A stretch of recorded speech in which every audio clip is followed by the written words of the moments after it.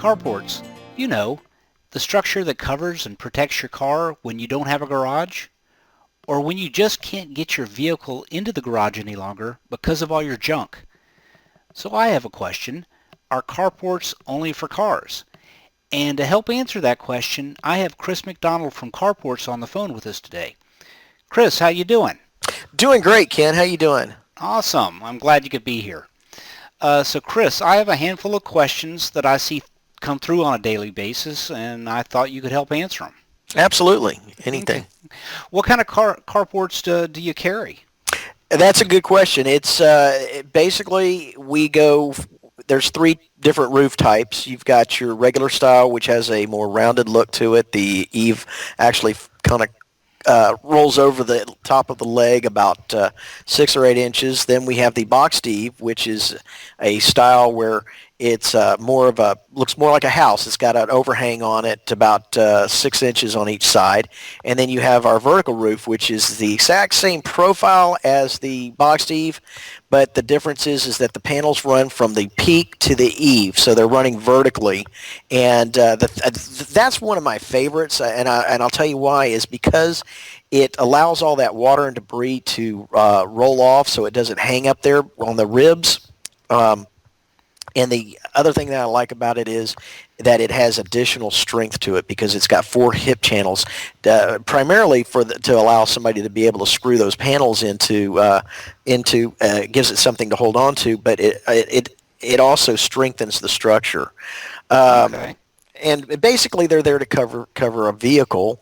But to be honest with you, I've seen people use them for all different kinds of things. Okay.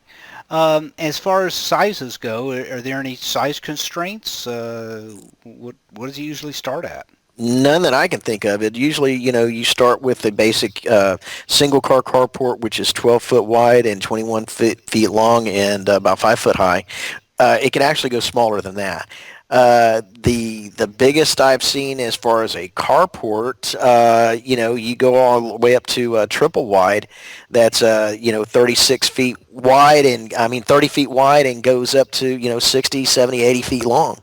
Oh wow! So Yeah. really, it sounds like it's really customizable. You can pretty much the client can get whatever they're really wanting. Exactly. One of the favorite uses of these is for RVs, recreational vehicles or motorhomes. Somebody has a motorhome and then they think, oh, well, I just bought this $500,000 motorhome. Now I forgot to find a place to park it. So they call me up and we'll set them up with something that's 12 foot high at the leg, which covers virtually every motorhome on the road today. Okay. So how long have you been providing carports for the area? Since 2003. So we've been here in this area since 2003. Wow. So this is not something that just popped up yesterday. Absolutely not. No, we're very well established and a very well established company. Okay. Well, you kind of already answered this question to some degree, but the original questions are carports only for cars. No, I'm glad you came back around to that. It's I've seen people use these carports for just about everything you can think of. Like I mentioned, the RVs, their utility vehicles, their trailers. One of my favorites, if you can indulge me for just a second, one of my favorite carports that we have, it's got a storage area in front of it. And so what it is you've got kind of a hybrid between a storage enclosed storage facility and a carport. So at the one end, you might have 5 or 10 feet of enclosed storage with a roll-up door that they can store all their, say they're using it for their boat, they can store all of their boating equipment in there, their life vests, Oh wow. their cleaning equipment, their motors and things like that, lock those things up, and then they've got a cover over their boat. Wow. So there's really no constraint on what the customer can get. No, people surprise me every day with what they come up with to use these for, and it's always fun to work with. Wow. Okay. Awesome. So if somebody's ready to get started, what do they need to do? All they got to do is pick up the phone. I'm here to help them. Okay. Well, fantastic. And you'll be able to give them, advice, rate quotes, and all of that. All Just of right that over and the more. phone. Yeah, Okay. all of that over the phone.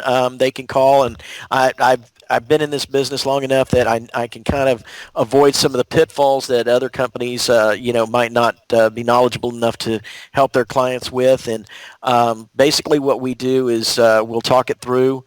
Once they've settled on a size and a design that they like, then we will get a down payment of either 10 or 12%, and then it takes about anywhere from 2 to 4 weeks to get the structure in. It's put up that day, and then once it's done and they're satisfied, they pay the balance to the installers. Okay. You say 10 to 12%. What determines the 10 to 12%? 10% is for anything under $2,500. Anything over $2,500, it's 12% down payment. Okay. Well, fantastic. You've answered all the questions that I've received, and plus more actually. So I think that's all I have for today. I appreciate your time very much, and I'm sure we'll be talking again soon. I look forward to it. Thanks a lot, Ken. All right. Take care. Have a great All right. day.